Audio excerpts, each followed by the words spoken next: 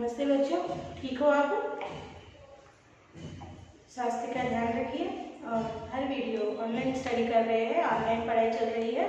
हर video को ध्यान से देखिए, समझिए और दिया हुआ जो कार्य है समय पर पूरा कर स्कूल के मेल आईडी को भेज दीजिए। बच्चों, आज हम 10th class second language Hindi उपवाचक थर्ड इसका नाम है अपने स्कूल को एक उपहार और इसको लिखा है ऋतु भूषण जी ने। हम इस उपवाचक का आज अध्ययन करेंगे इस सेशन में। आप आपका हिंदी सेकंड लैंग्वेज का टेक्स्ट बुक खोलिए, आपका स्टडी मटेरियल और क्लास वर्क बाजू में लगा लीजिए और उपवाचक का नाम है बच्चों उपवाचक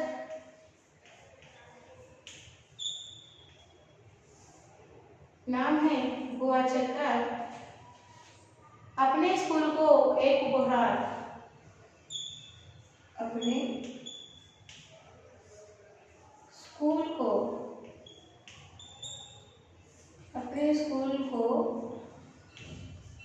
एक उपहार। अपने स्कूल को एक उपहार। इस उपवाचक का हमें आज पढ़ेंगे और अध्ययन करेंगे। ध्यान से सुनिए, ओके ना। सो टेक्स्ट बुक पेज नंबर 54 खोलिए बच्चों और इसको लिखा है ऋतु भूषण जी। ओके, इसके लेखक का नाम है ऋतु भूषण जी। ऋतु भूषण।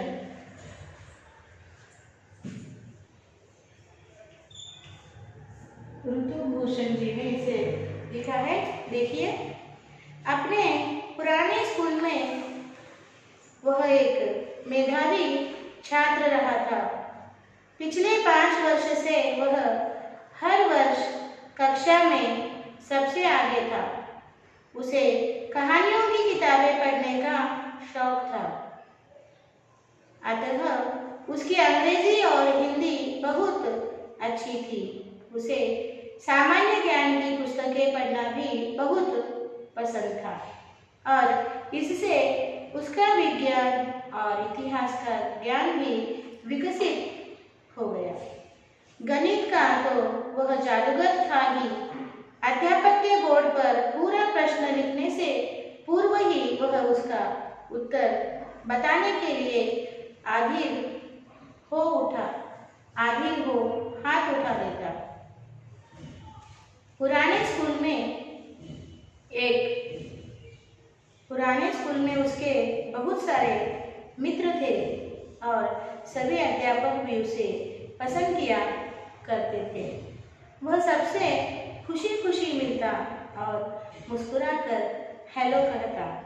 जब कोई कठिनाई में होता तो राजू सबसे पहले उसकी मदद के लिए पहुंच जाता।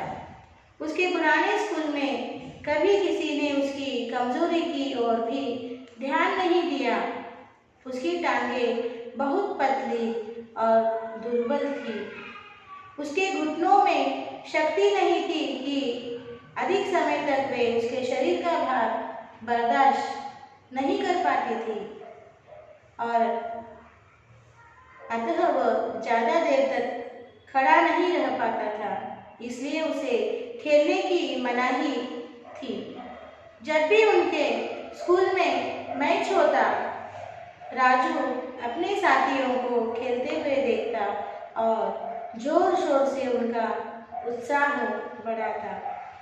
जब उसके मित्र मैच हारने लगते तो राजू के प्रेरणादायक शब्दों से उनमें आशा का संचार होता और वे नई स्फूर्ति से खेलने लगते। देखिए बच्चों, यहाँ पर एक बालक का वर्णन किया गया है इस उपवाचक में। इस बालक के बारे में, इस बच्चे के बारे में बताया गया है कि पुराने स्कूल में वह बहुत ही मेधावी छात्र था। मेधावी छात्र का अर्थ क्या है? बहुत ही बुद्धिमान, क्लेवर स्टूडेंट था और पिछले 5 वर्ष से वह हर वर्ष कक्षा में सबसे आगे था। So from 5 years onwards he is coming first rank into the class.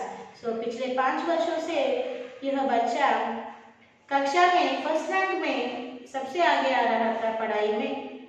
उसे कहानियों की किताबें पढ़ने का शौक था सो उसको कहानी की किताबें पढ़ने का बहुत शौक था, हैबिट थी, हॉबी थी उसकी।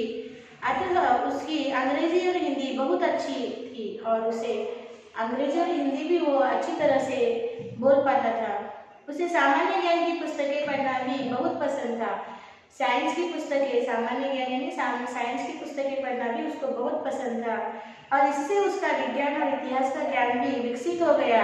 इसी कारण इसके पढ़ाई के कारण, रीडिंग हॉबी के कारण, बुक्स रीडिंग हॉबी के कारण उसका क्या हो गया, उसका साइंस और हिस्ट्री का जो नॉलेज था वो डेवलप हो गया।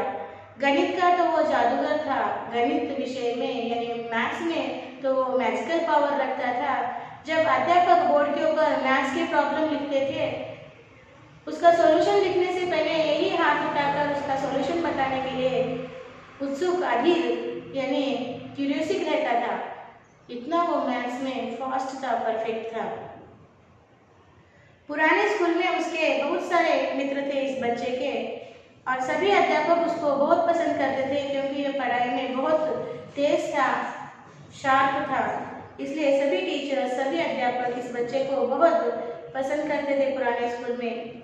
वो सबसे खुशी खुशी मिलता और मुस्कुराकर स्माइल करके कहता, हेलो कहता।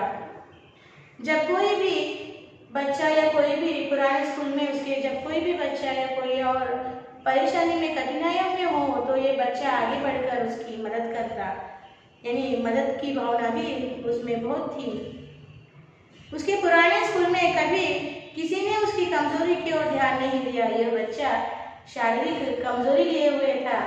शारीरिक कमजोरी यानी शरीर में कुछ कमियां थी, शारीरिक अवयवों में ये विकलांग था, थोड़ा हैंडीकैप था, अपाहिज था। मगर पुराने स्कूल में कभी भी किसी ने उसकी इस कमजोरी की ओर ध्यान नहीं दिया।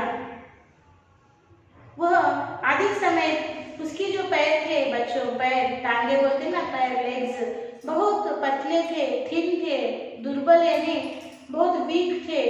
उसी कारण यह बच्चा ज्यादा देर खड़े रहकर बातचीत न कर पाता। इसीलिए इसे पुराने स्कूल में खेलने की मनाही थी, खेल में भाग लेने की मनाही थी।